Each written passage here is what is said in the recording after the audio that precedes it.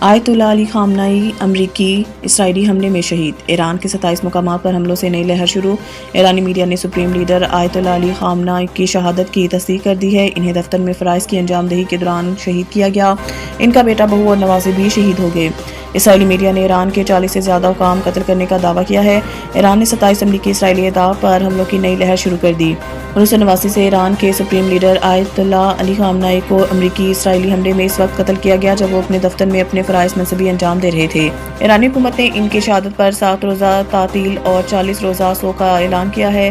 ایران نے خامنائی کی شہادت کا بدلہ لینے کا اعلان کیا ہے اور واضح کیا ہے کہ اسرائیلی اور امریکی اڈوں پر حملوں کی نئی لہر شروع کی جائے گی۔ خیال رہے کہ آیت اللہ خامنائی نے آخری خطاب میں آخری دعا مانگی تھی کہ یا اللہ مجھے شہادت نصیب فرما، یا اللہ مجھے شہداء کے ساتھ رکھنا۔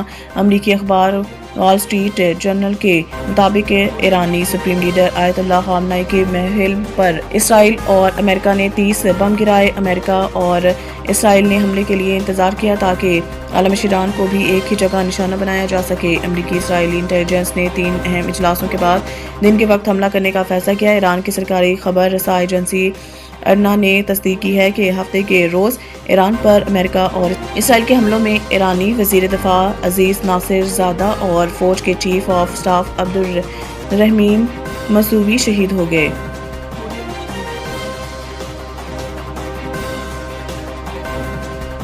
ایران پر حملے جنگی جرائم کے زمرے میں آتے ہیں، دفاع کا حق رکھتے ہیں۔ ایرانی مندوب سلامتی کونسل کے ہنگامی اجلاس میں اظہار خیال کرتے ہوئے سعید ایرانی کا کہنا تھا کہ ایران پر امریکہ اور اسرائیل کے حملوں میں عام شہری مارے گئے ہیں۔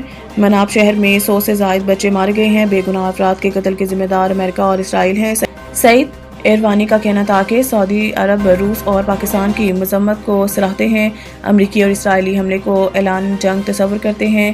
ہمیں عالمی قوانین کے تحت دفاع کا پورا حق حاصل ہے۔ دوسری جانب ایرانی پاسداران انقلاب نے جلد اسرائیل اور امریکی اڈوں پر شدید حملوں کا انتباہ جاری کیا ہے۔ اقوام متحدہ کے سیکرٹری جنرل انتونیو گوتریس نے کہا ہے کہ ایران پر امریکی اور اسرائیلی جارحیت قابل مذمت۔ ایران کا رد عمل پورے خطے میں پھیل رہا ہے، پرامن حل کے علاوہ اور کوئی آپشن نہیں۔ انہوں نے مزید کہا کہ ایران پر حملوں اور جوابی ایرانی کارروائی سے دنیا کا امن خطرے میں پڑ گیا۔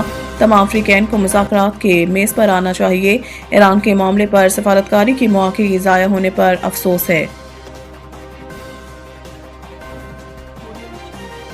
وزیر اعظم سے محسن نقوی کی ملاقات۔ 4 ملکی وزرائے داخلہ اجلاس پر بریفنگ دی۔ وزیر داخلہ نے وزیر اعظم کو روم اور اٹلی میں ہونے والے 4 ملکی وزرائے داخلہ اجلاس میں اپنی شرکت کے بارے میں بریفنگ دی، جس میں پاکستان کے علاوہ اٹلی، اسپین اور یونان کے وزرائے داخلہ شریک ہوئے۔ محسن نقوی نے پولینڈ میں ہونے والے 6 افریقی وزرائے داخلہ اجلاس میں اپنی شرکت بارے بھی بریف کیا، جس میں پاکستان اور پولینڈ کے علاوہ لٹویا، فن لینڈ، ایسٹونیا اور لتھوانیا کے وزراء داخلہ شریک تھے۔ وزیر داخلہ نے بریفنگ میں بتایا ہے کہ دونوں کانفرنسز میں شریک ممالک نے پاکستانیوں کے لیے قانونی ورک پرمٹ کے جلد از جلد اجرا پر اتفاق کیا، جبکہ رکن ممالک نے یورپی ممالک کی جانب غیر قانونی طور پر سفر کرنے والوں کی تعداد میں صرف 1 سال میں 47% کمی لانے اور انسانی اسمگلنگ کے خاتمے کے لیے اقدامات پر پاکستان کی کارکردگی کو سراہا۔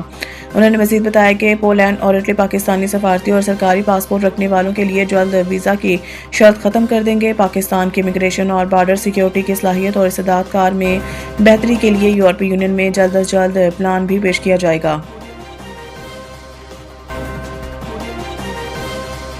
پاکستان سے مشرق وسطی جانے والی مختلف ایئر لائنز کی 156 پروازیں منسوخ۔ ایران، اسرائیل اور امریکہ کے درمیان بڑھتی ہوئی کشیدگی کے باعث پاکستان سے مشرق وسطی جانے والی مختلف ایئر لائنز کی 156 پروازیں منسوخ کر دی گئی ہیں۔ ذرائع کے مطابق لاہور ایئرپورٹ پر مجموعی طور پر 22 بین الاقوامی پروازیں منسوخ ہوئی ہیں۔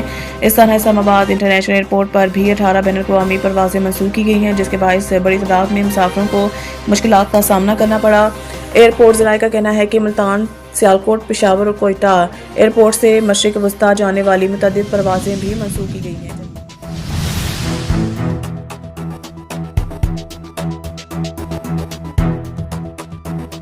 موجودہ سیکیورٹی صورتحال کے پیش نظر پاکستان رینجرز سندھ نے کراچی کے مختلف علاقوں میں امن و امان کی صورتحال کو برقرار رکھنے کے لیے موبائل ویجیلنس ٹیموں کی بھاری نفری تعینات کر دی۔ یہ ٹیمیں شہر کے اہم مقامات، حساس تنصیبات اور مرکزی شاہراہوں پر مسلسل گشت اور نگرانی کر رہی ہیں تاکہ کسی بھی ناخوشگوار واقعے کا بروقت سدپا کیا جا سکے۔